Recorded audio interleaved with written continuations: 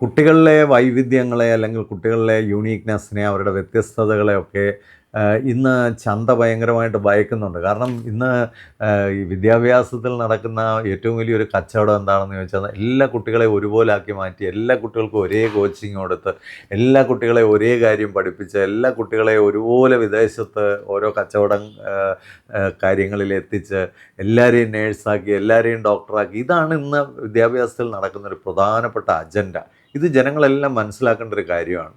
കുട്ടികൾ ഓരോരുത്തരും വ്യത്യസ്തരാണ്. അവർക്ക് ഓരോരുത്തരും വ്യത്യസ്തമായ ഒരുപാട് ആഗ്രഹങ്ങളും സ്വപ്നങ്ങളും ഒക്കെ ഉണ്ട്. അവർക്ക് വ്യത്യസ്തമായ മേഖലയിൽ പോയാൽ അവർക്ക് അനാവശ്യമായ കോമ്പറ്റീഷൻ ഇല്ല, അനാവശ്യമായ വേദനകൾക്കും പ്രയാസങ്ങൾക്കും ഒന്നും കാര്യമില്ല. കാരണം അവരെല്ലാം സന്തോഷമുള്ളവരായിട്ട് മാറാൻ സാധ്യതയുണ്ട്. പക്ഷേ ആ വൈവിധ്യത്തെ എങ്ങനെ ഇല്ലാതാക്കാം? അതാണ് ചെറിയ കാലം മുതലേ സ്റ്റാൻഡേർഡൈസ്ഡ് പരീക്ഷകളിലൂടെ അവരെ നിങ്ങൾ ഇതിൽ ലൂടെ മാത്രമാണ് വിജയിക്കുന്നതെന്നും പരാജയപ്പെടുന്നതെന്നും ഒക്കെ മനസ്സിലാക്കിച്ചു കൊടുത്ത് കൊണ്ടുവരുന്നതിൻ്റെ ഒരു പ്രധാന അജണ്ട അതാണ്.